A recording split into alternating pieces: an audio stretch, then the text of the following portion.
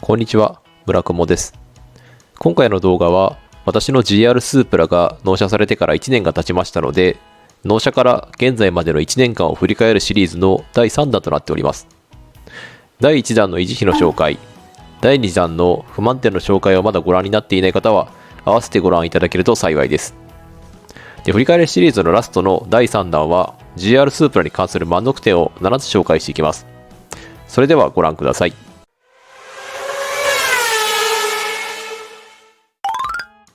私がお気に入りのデザインの、まずは正面から見ていこうかなと思います。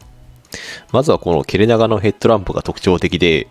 街中で見かけた時もスープラが来たなっていうのがすぐにわかる特徴的なデザインが私のお気に入りです。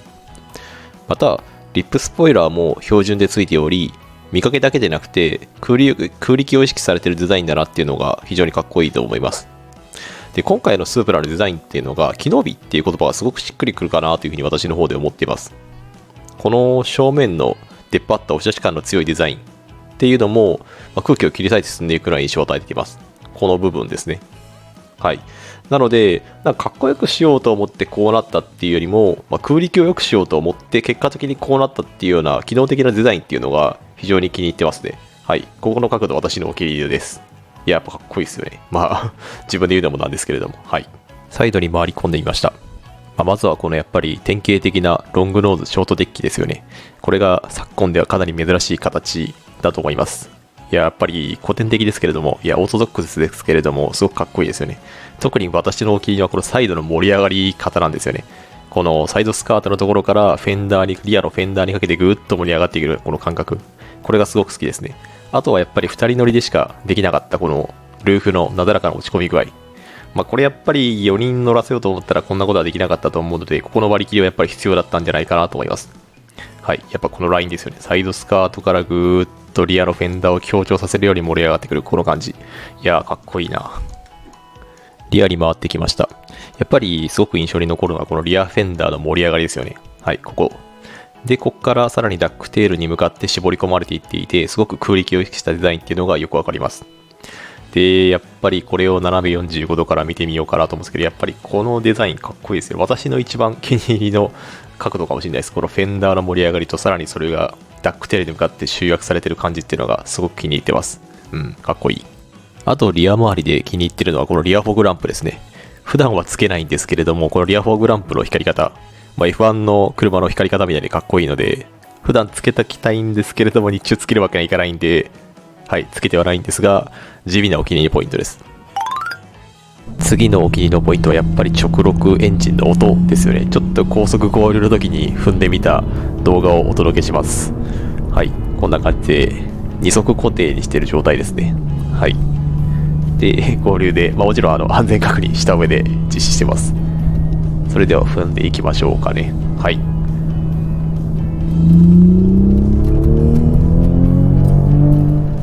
はい、こんな感じで、やっぱ直録のすごく気持ちいい吹き上がりっていうのと、最後におまけでバブリングをもしてくれるっていうところで、はい、高速乗ってるだけでもこんだけ楽しい、高速でちょっと踏んだだけでもこれだけ楽しい運転で、さらに過去の動画で上げさせてもらっているように、峠を走るっていうのもすごくハンドリングも気持ちのいい車なので、いやー、本当に楽しい車ですね、この車は。3つ目の満足点は、やはり現代のスポーツカーらしく、運転支援系の装備が充実していることですね。今は高速道路を走らせてもらってるんですけれども、これもレーダークルーズコントロールをオンにさせてもらっていて、前の車との車間を一定に倒しながら走っているっていうモードで一定車速で走ってます。ハンドル支援とかはないんですけれども、これだけでもやっぱりそのアクセル操作から解放されるっていうだけで、かなり疲労の軽減にはつながってますね。やっぱり峠とかで走りたいっていうところで、目的地までは結構走っていくんですけど、楽しくないとは言わないんですけれども、本番ではないっていうところで、そこまでで体力使っちゃうともったいないので、目的地たどり着くまではこういう運転支援系にお任せしてたどり着いて、で、楽しんだ後に帰ってくる時もやっぱりゆったり帰ってこれるっていうような機能がついてるっていうのが、やっぱり現代のスポーツカーっぽいですよね。で、あとやっぱりクリアランスソナーだったりっていうところで、この車はやっぱりロングノーズのところで、誰か例えば他の友達とか乗ってた時も、前全然見えないけど大丈夫とかよく聞かれるんですけど、やっぱり、すでに慣れましたが、そういうクリアランスソナーとかついてることによって、いざという時、駐車場とか止める時に大丈夫かなって思ってしまう瞬間でも、スープラの方が大丈夫ですよっていう、警告を発してくれたりとかするので、そのあたりで助けられる部分があって、いきなり乗っても、そんなに戸惑うようなことがないようなサポート体制が万全にあるっていうのがやっぱりいいところかなと思います。4つ目の満足点は、普段乗りをしていてそこまで乗り心地が悪くないことですね。今動画で見ていただいているのが、適当な住宅街の裏道を通ってるんですけれども、結構段差とかあるような道をあえて走ってるんですが、そこまで不快に感じるような振動とかは与えられてないですね。私の愛車遍歴で言うと、生産終了してしまったんですけれども、マーク X の G's に乗ってたことがあります。で、そのマーク X の G's の方がむしろ足回りは硬かったですね。ホイールとしては同じ19インチ同士なんですけれども。はい。スープラ RZ と SZR には電子制御のサスペンションがついていて、それがうまいこと働いてくれてるのかなと思ってます。なので、2人乗りでたまに助手席に人乗せることはあるんですけれども、その助手席に乗ってる人からも特になんかクレームとかが出てくるようなこともないですので、はい、普段使いしている時でも、そういったその不快な振動とかはないので、気軽に乗れるっていうところが、この車のいい点なのかなと思います。ちょっとスポーツカーらしからぬところかもしれないですけど、はい。5つ目の満足点は、思ったよりフロントリップスポイラー、つまり顎下を反らないことですね。今ちょっと段差がきつめのカーショップ、イエローハットに行こうとしてるんですけど、はい、ここのところ、ちょっと画像では分かりにくいんですけれども、結構傾斜があるところなんですね。はい。でも、そこまで意識せずに、こう、スッと寄っていくと、意識はしてますね。やってきても、反らないというふうになってます。あれ、結構車高低いスポーツカーだったらきついんじゃないかなと思います。はい。続いて、車道に出る方のパターンですね。はい。こんな感じで、もちろんゆっくり操作はしていますが、これで傾いた状態で車道に出ても、特に下をするようなことはなかったです。これ結構普段使いとして重要なポイントかなと思っていて、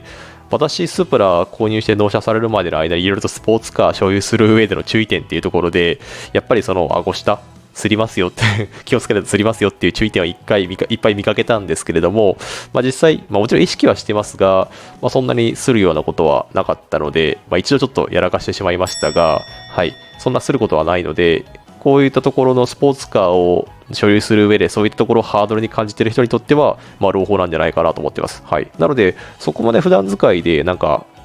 障害を感じるようなことはよっぽどないですね。はい。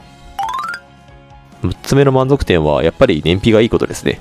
冒頭の動画でも出していた通り、あんだけ楽しい音を奏でてくれる車なので、アクセル踏みがちになってしまうんですけれども、現在の1万2000キロほど走行した状態で燃費が 10.9 キロっていうところで、やはりスポーツカーとしてはかなり燃費がいい方なんじゃないかなと思ってます。昨今ちょっと廃屋の値段が値上がりしていってしまって維持費っていうのはかかりがちになるんですけれども、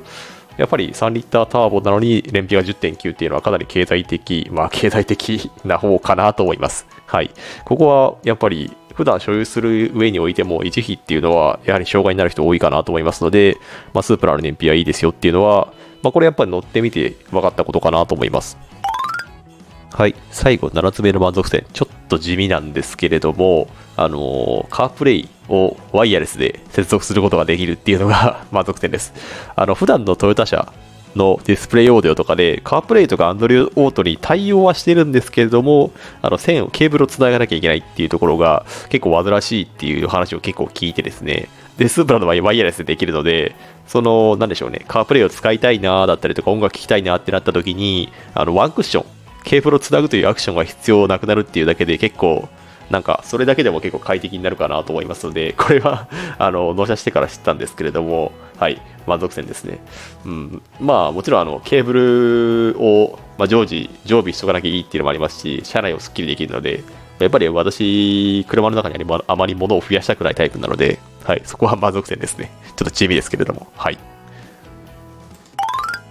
はい、こちら満足点の一覧となっています。ちょっと自身が所有しているっていうところで若干主観的な感想も入ってるかなとは思うんですけれども、やっぱ外見がかっこよかったり、直録のエンジンの音が最高だったりっていうところが、まず大きく挙げられます。で、それに加えてですね、運転支援系の装備が充実してるっていうところで、やっぱり現代のスポーツカーっていうところで、